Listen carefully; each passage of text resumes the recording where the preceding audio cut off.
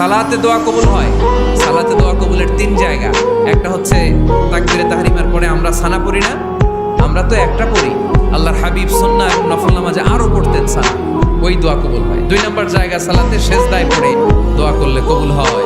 আকরাবু মা ইয়াকুনুল আবদু মির রাব্বিহি ওয়া হুয়া সাজিদ ফাকসিরু ফিহি দুআ। বান্দা যখন সেজদায় লুটিয়ে পড়ে, বান্দা আল্লাহর সবচেয়ে কাছে চলে যায়। তা কিন্তু বিশ্বনবী বলে সেজদাটা তোমার রবের কুদরতি পায়ের উপরে পড়েছে। সেজদায় পড়ে দোয়া করে। সালাম ফিরানোর আগে বিশ্বনবী দোয়া করতেন, লা ইউসাল্লিমান্না আহাদুকুম হাত্তা ইয়াতাআওয়াযা মিন আরবা'a। আল্লাহর হাবিব বললেন 4 জিনিস থেকে পানাহ না আছে আমার কোন উম্মত যেন সালাম না ফিরায়। তারা যেন পড়ে আল্লাহুম্মা ইন্নী আউযু বিকা মিন আযাবিল কবর, আউযু বিকা মিন আযাবি জাহান্নাম, আউযু বিকা মিন ফিতনাতিল মাহইয়া ওয়াল মামাত, আউযু বিকা মিন ফিতনাতিল মাসিহিদ দাজ্জাল।